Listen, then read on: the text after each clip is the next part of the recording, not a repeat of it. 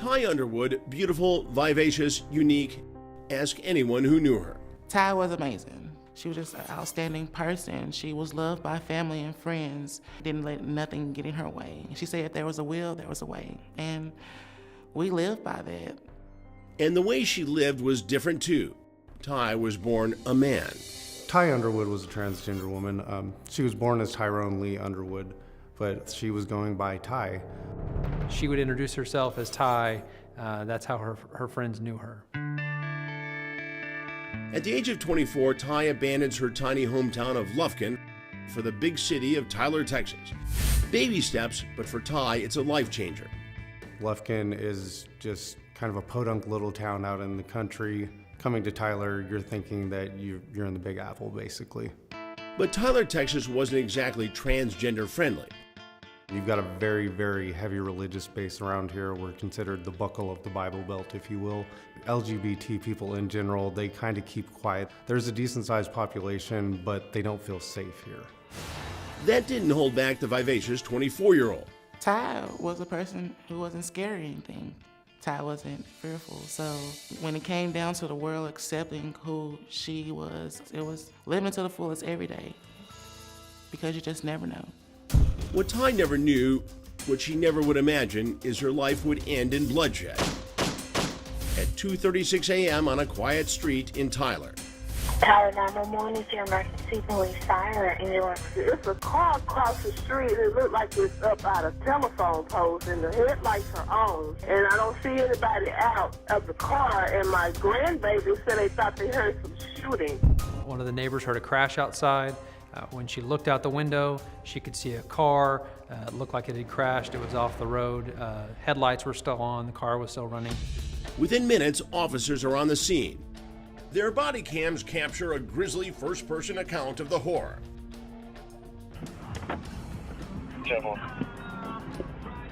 Hello, ma'am. Can you hear me? Are you okay? The victim was sitting in the driver's seat, head slumped over, upright in the driver's seat. Doesn't respond to the police officers, doesn't respond to the paramedics. But it doesn't take long for cops to realize this is more than a simple accident. Quite a bit of blood, unusual for this kind of wreck, so. That's when they see that there's blood, gunshot wounds, which obviously wouldn't be explained by the car wreck. There was blood on the steering wheel, the dashboard, the front windshield, inside the doors. The blood is Ty Underwood's. She's bled out, dead on the driver's seat. It's not a car wreck like they initially thought. This is a homicide. These are gunshot wounds. Police count the bullet holes, from the back of the vehicle to the ones that ended Ty Underwood's life.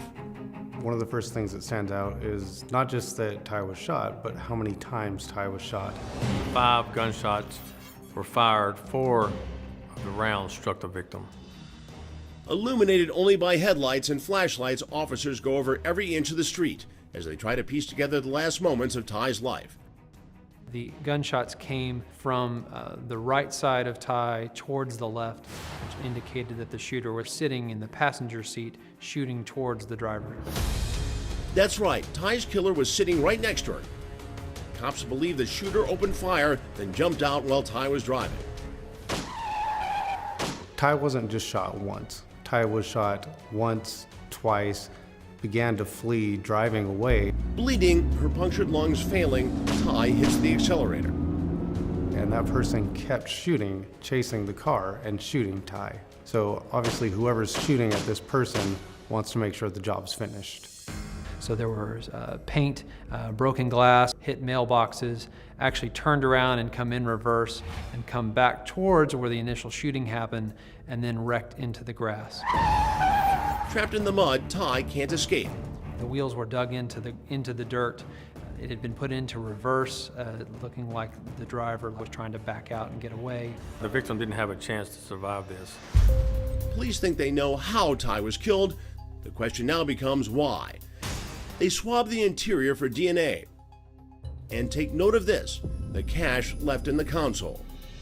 There's money in the car, there's nothing taken, but Ty was shot while fleeing. So clearly, there's a motive other than robbery or just an altercation.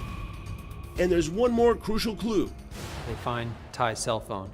The detectives actually thought the radio was playing in the car, and it turned out the cell phone was playing music. That caused the cell phone battery to drain and to go dead. Did Ty know her killer? The answer could be locked up behind a 4-digit passcode.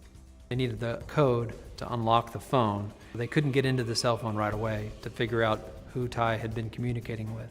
That would mean that they would never find the person who killed Ty Underwood. Ty Underwood, found shot to death behind the wheel of her car on a night of unspeakable horror in Tyler, Texas. Inside the car, detectives dig up a bounty of clues, like this letter. It leads officers to Ty's home address the day after the murder. That's when Ty's best friend and roommate, Kenya, hears the devastating news. They said, well, we found your best friend in her car dead this morning. And it took me a minute to process that.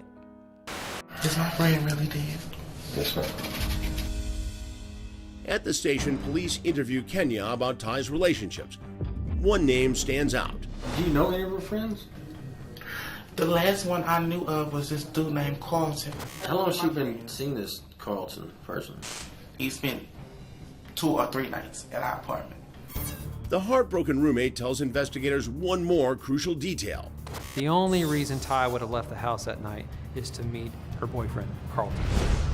The man Kenya names is Carlton Champion, a 21-year-old freshman at nearby Texas College. Carlton Champion did grow up with a pretty bad childhood, got into some trouble as a youth, but towards the end of high school had found some stability and was accepted into college here at Texas College, moved into a dorm and tried out for the Texas College football team. The talented jock makes the team. That means Carlton's not only big man on campus, but his rep is large in the community too. We kind of revere football players around here. We hold them to a higher standard. We put them up on this pedestal. And especially when you have a college that small and a community that small, that person is really thrust into a spotlight. Now police put Carlton under a different spotlight, in handcuffs, the hot glare of suspicion surrounding Ty Underwood's murder. They asked if Carlton knew someone named Ty. He said he'd only met Ty one time. When asked about Ty's lifestyle, police say Carlton is surprised. Carlton said he did not know that Ty was male, that he thought Ty was female, and he indicated that Ty drove a white car that he had never been in. Police asked Carlton how he communicated with Ty. It was through a chat app called Kik. But strangely, Carlton says he deleted Kik from his tablet just that morning. The police were suspicious. They knew there were messages through the Kik app, and the fact that somebody who was supposedly dating Ty would have deleted the only messaging system that they were investigating was clearly suspicious. If cops want to see who Ty was chatting with, there's only one way. The victim's roommate told me that if we got into the victim's phone, we would know who the victim was meeting. But that would mean cracking Ty's iPhone lock screen. It would require the correct PIN code in order to unlock the phone. They guess at PIN codes flying blind, risking losing the data permanently. They knew they only had a certain number of tries before the phone would lock up for good. Finally, a Hail Mary. They guessed that it would be Ty's date of birth, and they were right. When Ty's iPhone opens, all of her communications, texts, IMs, and Kiks are suddenly revealed, including incriminating chats with Carlton Champion. They had had a sexual relationship that was clear from the nature and the language of the text messages between them. The unlocked phone exposes a treasure trove of romantic conversations and X-rated selfies. And the messages make one thing absolutely clear. It's obvious that Champion is lying about not knowing whether or not Ty was a woman. Ty had been clear about who she was, and the text messages revealed that. The texts also reveal their newfound romance was about to change. On the night of the murder, the messages with Carlton grow darker. Ty accuses the college freshman of meeting other sexual partners online, and she furiously texts, "I'm on my way up there. I'm coming to the school." To which Carlton replies, "No, you're not." Carlton certainly indicated through his communications with Ty that he wanted to keep that relationship a secret. So whether it was from his friends or the other football team or the people on campus, he did not want Ty coming to campus and exposing that part of his life to the people on campus. Then the phone reveals Ty's final message to Carlton, including this: "I'm here." Cops used that text to place Ty and Carlton together the night of the murder. When detectives got the phone unlocked, they had everything they needed. But Carlton insists to police he never left his dorm room that night. Is that just another lie? Ty Underwood found dead in her car riddled with bullets. Suspicion points to Ty's new boyfriend, Carlton Champion. But when cops dig deep into Ty's cell phone, the case takes a shocking left turn. While we were looking at the phone, we saw that the victim had been communicating with two different people. One of them is Carlton, the other a mystery man known only as George. Turns out George did live near the area where Ty was killed, and so George became one of the prime suspects at that point. Investigators grilled the man for nearly 2 hours. During the interview, they had talked about communicating, but George said that they never met up with each other. When I realized that this wasn't going where I wanted to go, I just deleted the whole thing. I left it alone right after that. I don't really think you did, man. I think he came to you.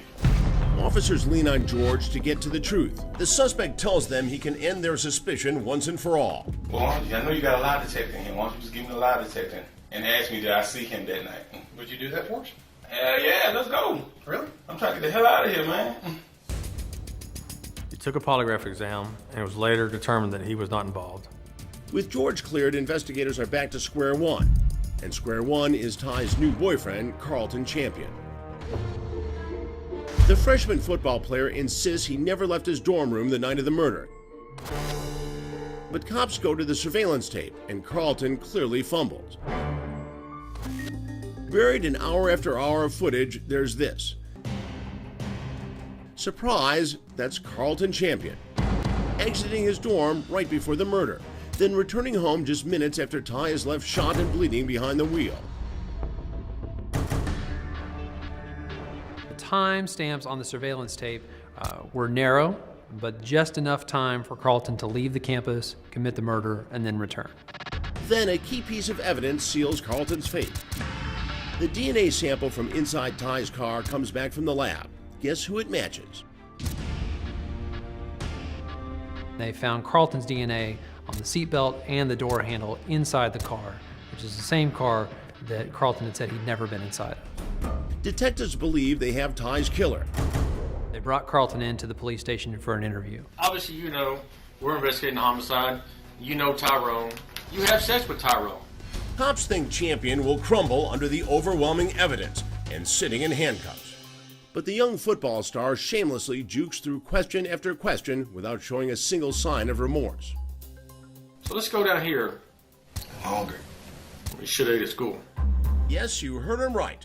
When asked about the murder, Champion smiles and says he wants a hamburger. It was real apparent that Carlton Champion wasn't taking this serious, and I really believe that he thought that he was going to beat this charge. I'm not hungry. I'm hungry as hell. Yeah, I feel like eating Whataburger. Sit there. You ain't got to taste from the Whataburger now? Burger King, McDonald's. So are you gay? I mean, I'm hungry right now. Are you gay? Nah, I'm not gay at all. Then why are you having sex with a man? I want to have sex with a man. He responded the same way to every tactic, which was with arrogance and refusal to even discuss the topic. His really indifference to the gravity of the situation was sociopathic. Even seasoned detectives have had their fill and turn up the heat. Carlton, listen. What's going to happen is, Carlton, is you're going to go, and I'm going to arrest you for murder. Sir, I'm hungry. Okay? Be quiet, listen. I'm hungry. I'm going to arrest you for murder. I know what I'm here for, sir. Okay? I'm hungry, though.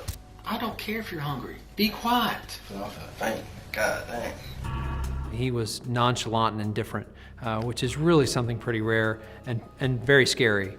Someone who's able to show no emotion when they're being confronted with evidence that they committed a murder is someone who could easily pull the trigger.